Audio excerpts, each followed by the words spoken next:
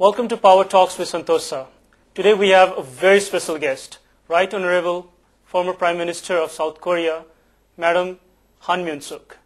She has created a history in Korean leadership by being elected the first female Prime Minister of her country in April 2006. She is a role model for hundreds of thousands of young women in her country. Welcome to the show, ma'am. How do you feel about being a person who has created history in your country?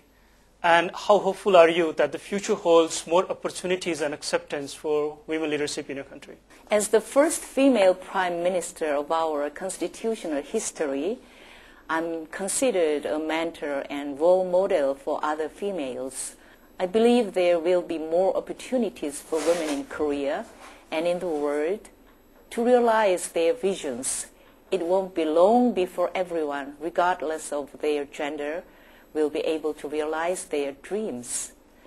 Many futurists say that the 21st century will be the century of women and that female values will save humanity.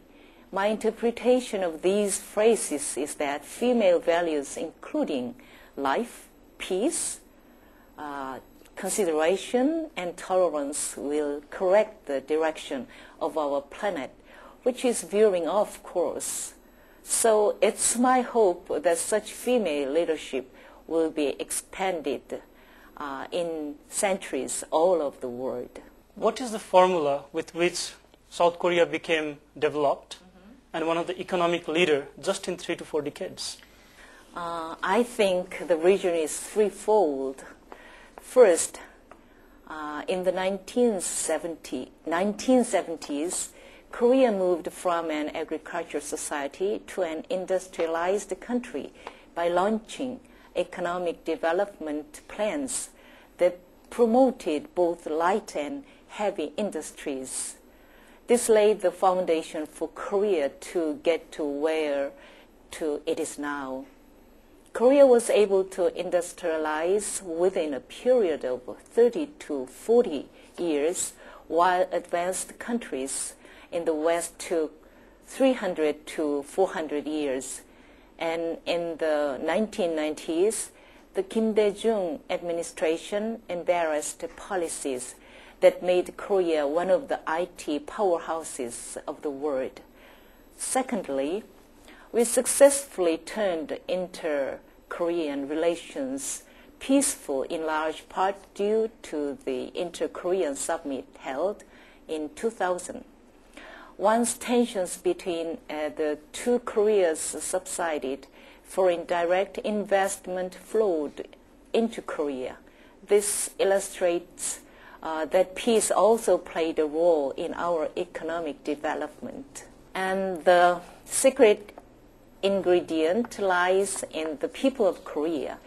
Koreans are hardworking, passionate, and have a thirst for higher learning. Despite our lack of mineral resources, these attributes, I believe, helped Korea join the small club of other advanced countries in the world. Recently, in mid-February, the Secretary of U.S. Department of State, Hillary Clinton, visited Seoul and actually went to your alumni college, Ewha Women's University, and talked about women leadership. What future do you see in her efforts in trying to encourage women empowerment and women leadership? The Secretary Clinton gave a speech on the theme of women's empowerment. And in her speech, she emphasized that democracy and economic development will never truly be achieved without the participation of women. She also said that women should take more interest in issues such as security, terrorism, and low-carbon green growth, etc. I'm sure that the women who listened to her speech were deeply moved because she's a contemporary role model. In the future, women in Korea will also dream big and they will be able to make their dreams come true faster than ever. Very often we watch the news as North Korea posing a strong threat in nuclear weapons, which is a concern to the entire world. Just being the immediate neighbor I'm sure South Korea is always at a high alert. How much does it affect the peace and growth of your people's mindset? The nuclear threat posed by North Korea undermined peace in Asia and the world as a whole. North Korea's state's satellite launch is seen as one of its tactics to gain leverage by pulling the U.S. To the negotiation table. Experts say that it is also a means to stabilize the power structure in a post-Kim Jong-il regime. If tensions rise between North and South Korea, people in the South will feel nervous, which will lead to reduced foreign investment, and this will have a negative impact on the economy. Therefore, the government should turn the situation around and try in earnest to have North Korea come forward for dialogue. I believe this will help a great deal toward economic discovery. For the last 10 years, the peace on the Korean Peninsula means the North's threats do not negatively affect South Korea as much as they once did. Besides military operations, is there any alternative way to fix it? I don't think there's an alternative way. First, we should continue to pursue dialogue and cooperation between North and South Korea. There should also be bilateral talks between North Korea and the U.S. We should also continue to engage with the North through the six-party talks. Dialogue and cooperation are the only means we have to address a variety of problems, including North Korea's nuclear issues, normalization of North Korea-U.S. ties, economic aid to the North, and building peace between two Koreas. Korea's leadership in economy is focused on manufacturing and investment. At a time when Korean economic leaders are focusing on investing into Asian countries, how has the global economic crisis affected their plans and the economy of your country? Korea is making large investments in manufacturing, automobiles, oil reserves in China, Vietnam, and countries in Central Asia. The world economic crisis has put a serious hamper on the reduced investments of other countries, which I believe should be worked out by joining forces together, be they U.S., European, or Asian countries. We'll continue with our conversation after a short break. Do stay with us.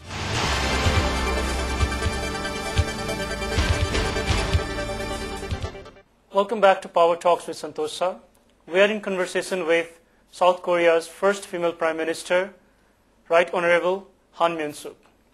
Madam, during your childhood, the economy of your country was in a struggling stage and the quality of education was not as high as it is today.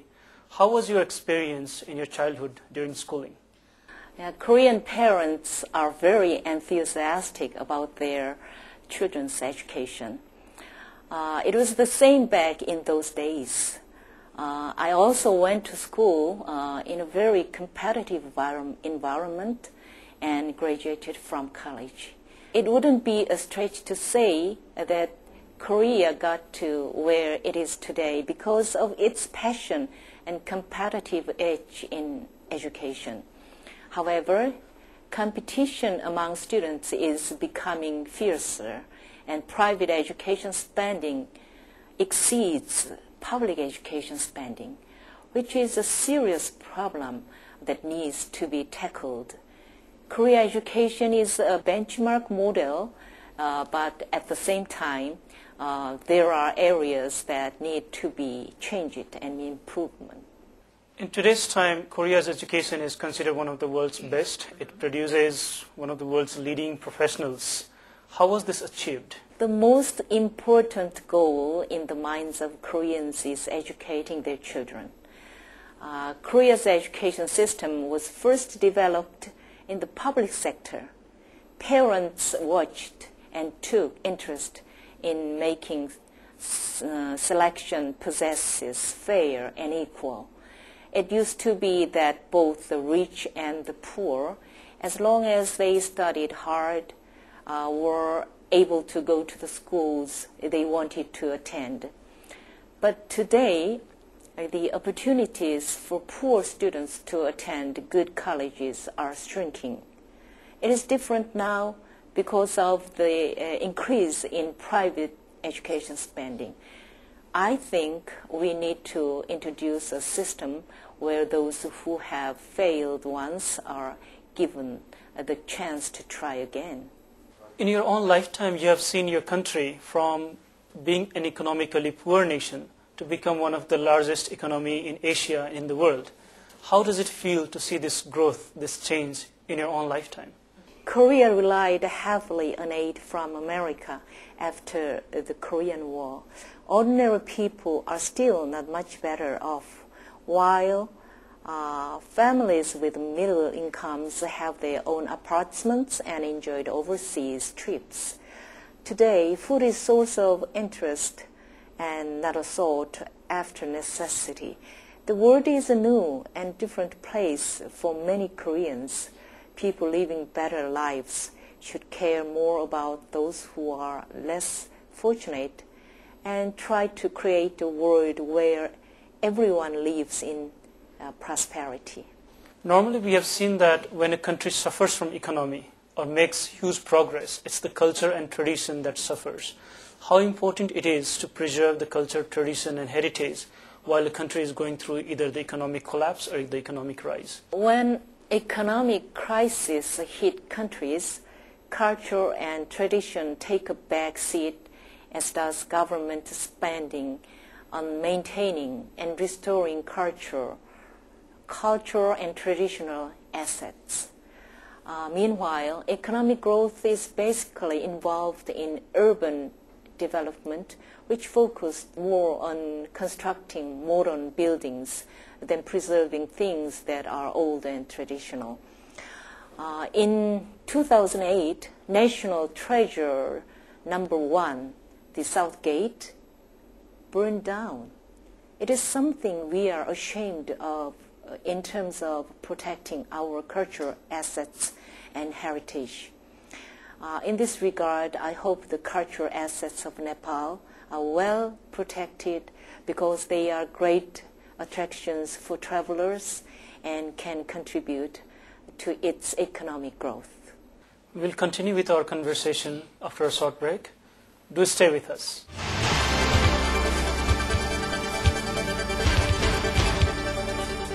Welcome back to Power Talks with Santosh Shah.